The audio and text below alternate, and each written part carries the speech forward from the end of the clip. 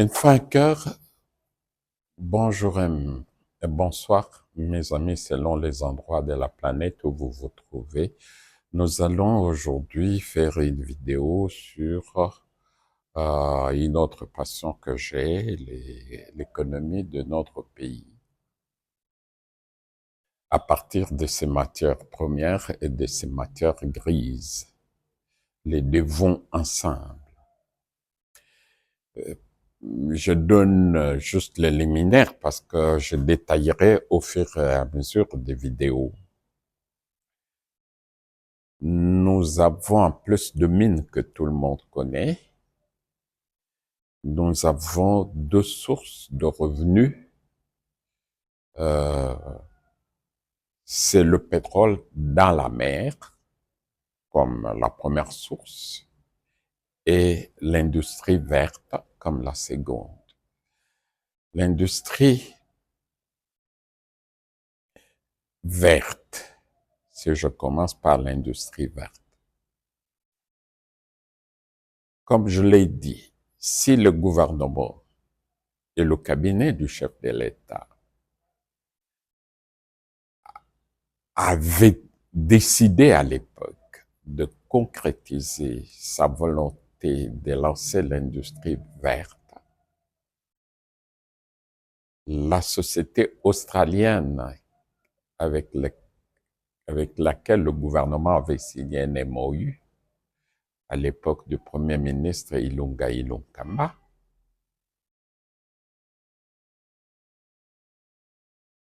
aurait commencé à produire de l'hydrogène et de l'ammoniac en 2024. En 2025, le volume produit allait augmenter jusqu'à atteindre, après 10 ans, 10 millions de tonnes d'hydrogène. Et comme les gens ne sont pas habitués, je vous donne l'ordre de grandeur. D'après le Conseil mondial d'énergie, par la publication qu'elle a faite en septembre 2021, pour que la hausse de la température de la planète soit en dessous des 2 degrés centigrades, comme le veut l'accord de Paris,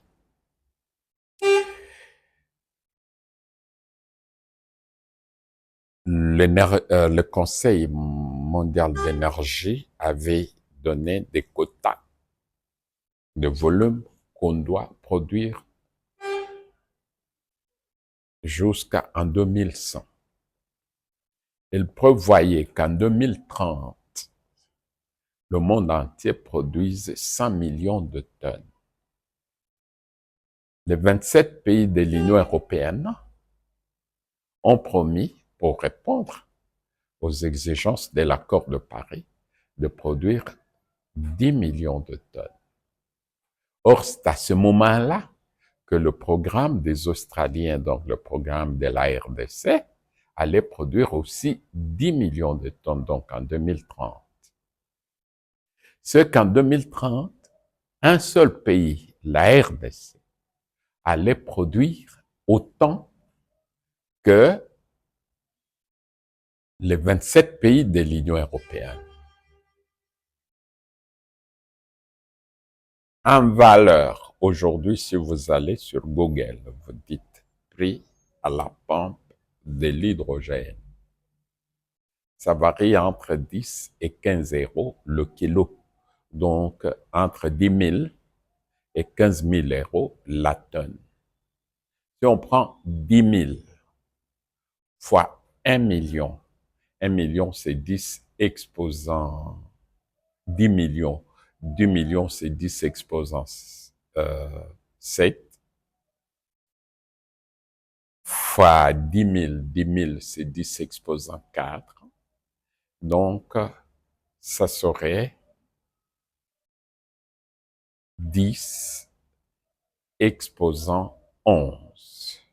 Ça veut dire qu'en 2000, 2010, en 2030, la RDC allait avoir un chiffre d'affaires de 100 milliards de dollars.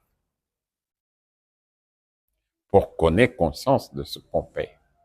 Aujourd'hui, les mines qui constituent 22 milliards de dollars, donc ce qui forme 99,9% de nos recettes en devises, cela n'allait être qu'un cinquième de ce qu'allait produire l'hydrogène si le chef de l'État avait été suivi. Déjà maintenant, nous sommes en guerre. Déjà, comme ça allait commencer à produire en 2024, en 2025, on aurait le moyen de faire la guerre. Et si la guerre va continuer jusqu'en 2026, même si elle ne continue pas, pour avoir la paix, il faut préparer la guerre. Donc, on allait équiper davantage notre armée jusqu'en 2030 et l'équiper davantage et avoir davantage de moyens pour payer correctement les militaires, pour payer correctement les fonctionnaires, pour réparer les autres. L'histoire est faite. Elle est faite trop tard. L'histoire jugera les personnes qui ont isolé le chef de l'État alors que c'était ses proches collaborateurs. L'histoire jugera. C'est déjà fait. On ne peut plus rentrer en 2020 où le chef de l'État a fait signer cet accord. Je dis qu'à partir de 2030, nous perdons à cause de ceux qui n'ont pas suivi la politique de chef de l'État, nous allons commencer à perdre un minimum de 100 milliards de dollars par an. Sauf si nous commençons aujourd'hui. À ce moment-là, nous pouvons, bon, comme on dit, mieux vaut tard que jamais. Si je vois mon premier livre publié chez l'Harmattan intitulé « Les eaux et les forêts de la RDC », pour le trouver, il suffit de mettre mon nom dans la fenêtre de recherche de Google, Kasungu Numbi. Vous lancez, vous allez voir mes livres et vous allez voir mes 3 livres que je publiais chez l'Harmattan. Dans chacun de 3, j'appelle le gouvernement à se lancer dans la production d'hydrogène. Maintenant, et ses dérivés. Si on veut commencer, ne fût-ce qu'en 2025, je n'arrête pas. Ça fait 18 ans que je le fais. Ce n'est pas à la tête d'un client. Pour moi, que ce soit un Australien, un Américain, etc., pour moi, ça n'a pas de problème. Je voudrais même que dans le paquet qu'on propose aux grandes puissances comme les États-Unis et tout ça, qu'on y ajoute aussi l'industrie verte, que nous avons beaucoup de chutes. Si vous voulez nous aider aussi sur le plan sécuritaire, développer aussi nos chutes en y installant l'industrie verte, c'est-à-dire la production de l'hydrogène vert, ce qui sera positif chez eux parce que dans le mécanisme de l'accord de Paris à l'article 6, je crois, et dans les mécanismes de Kyoto, c'est la quantité d'hydrogène qu'ils vont produire ici, ça va compenser les émissions qu'ils vont faire chez eux. Donc, ils vont voir qu'ils ne vont pas se mettre contre les prescrits climatiques. Ils vont accepter parce que c'est déjà prévu par l'ONU que si une entreprise aide à diminuer les gaz à effet de serre, on fait les compensations de carbone. Donc, ça va les aider. Pour moi, j'entends qu'en plus de mines, nous mettions sur la table la possibilité de produire de l'hydrogène vert, de l'ammoniac vert, des engrais verts. Je peux vous donner un chiffre. J'ai dit 10 millions de tonnes. Pour une tonne d'hydrogène, vous avez environ 6 tonnes d'ammoniac. Donc, ça fait 60 millions d'ammoniac. Le marché mondial de l'ammoniac, c'est 140 millions. Donc, nous pouvons y apporter 60 millions si le chef de l'État avait été suivi. L'Union européenne a dit que tous les pays africains qui vont produire de l'ammoniac, j'achète à $1000 la tonne.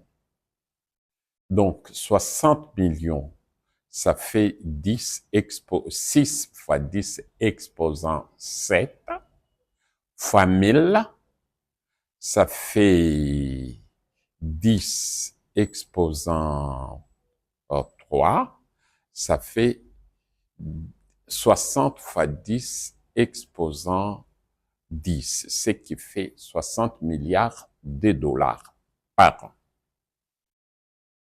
60 milliards. C'est déjà 3 fois les mines.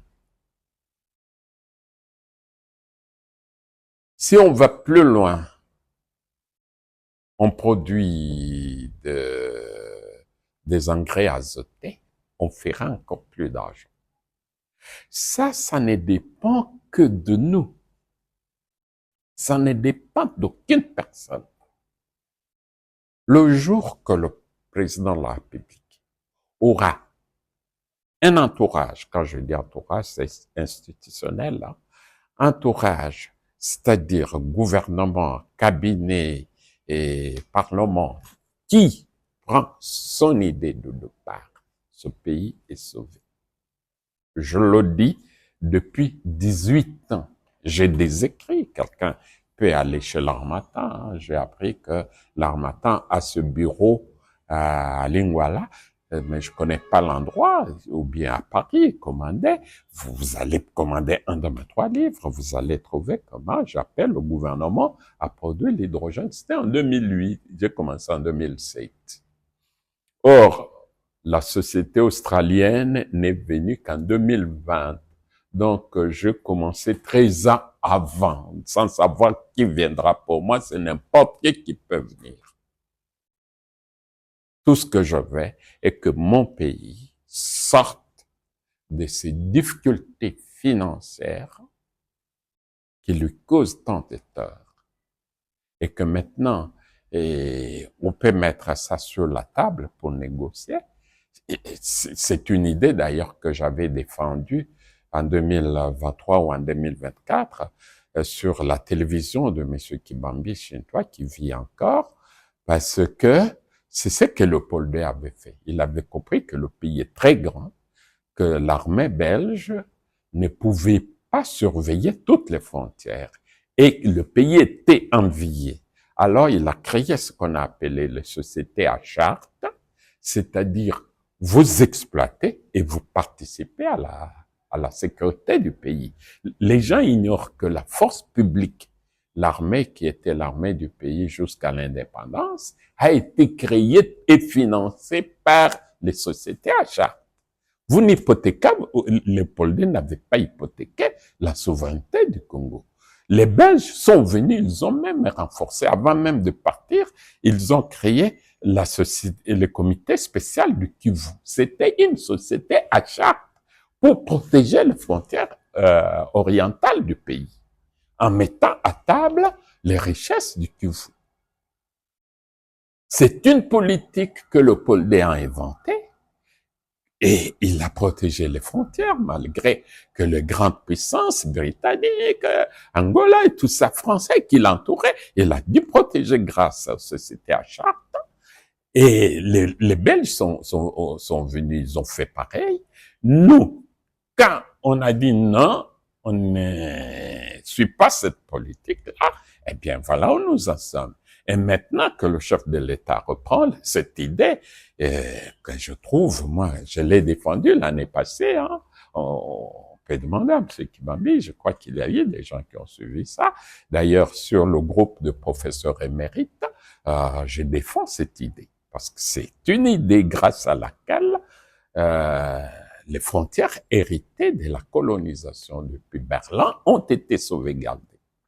Mais j'ajoute, je dis seulement qu'on peut y ajouter le crédit carbone, qu'on peut y ajouter nos hydrocarbures dans l'océan Atlantique, qu'on peut y ajouter l'industrie verte sur toutes les chutes de notre pays. Maintenant, en ce qui concerne les hydrocarbures qui sont dans l'océan Atlantique, ces hydrocarbures-là, conformément à l'article 6, alinéa 7 de la Convention de Montego Bay, c'est-à-dire la Convention sur le droit de la mer.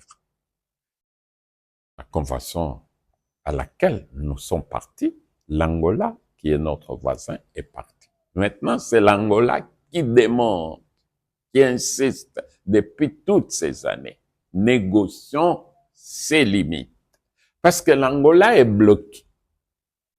Parce que quand elle avait tracé ses limites là, unilatéralement, la RDC avait réagi par une note verbale que les deux pays avaient réagi. La RDC avait réagi que les limites tracées par l'Angola, il les a tracées unilatéralement, sans nous consulter. Ça, c'était la RDC. Au même moment, le Gabon aussi a protesté contre l'Angola. Et puis l'Angola a décidé donc, conformément à la Convention, de les tracer ensemble. Maintenant, ça dépend de qui vont négocier. Moi, c'est le problème qui me préoccupe depuis 2005. Pourquoi ça me préoccupe? C'est le moyen d'avoir plus facilement de l'argent. Parce que la Convention de Montego Bay, à son article 6, alinéa 7, dit que tout pays côtier a droit de prolonger son espace maritime jusqu'à la haute mer, c'est-à-dire jusqu'à l'espace de la mer où la mer appartient à l'ONU, c'est-à-dire environ 370 kilomètres de la côte. Donc, chaque pays côtier a droit de prolonger son espace jusqu'à 340 kilomètres. C'est en dessous de ces eaux-là qu'il y a ce qu'on appelle le plateau continental qui contient les hydrocarbures. Quand j'ai suivi les limites existantes, la limite nord de notre offshore aujourd'hui, de notre espace maritime, jusqu'à la haute mer, comme le dit la loi internationale, l'espace que nous aurions occupé serait 15 fois plus grand que l'offshore que nous occupons aujourd'hui, qui nous rapporte, bon an, mal an, 400 millions de dollars par an au trésor. Ce n'est pas de revenus de vente au trésor. Donc, sans autres données, j'ose extrapoler. Si un espace 15 fois plus petit nous rapporte au trésor 400 millions de dollars, en ayant, suite aux négociations, l'espace 15 fois plus grand, je multiplie 15 fois 400, ça fait 6 milliards de dollars. Que nous perdons chaque année parce que nous ne négocions pas.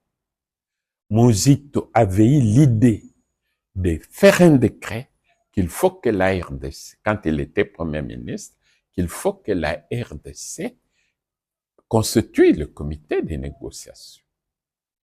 Le décret existe.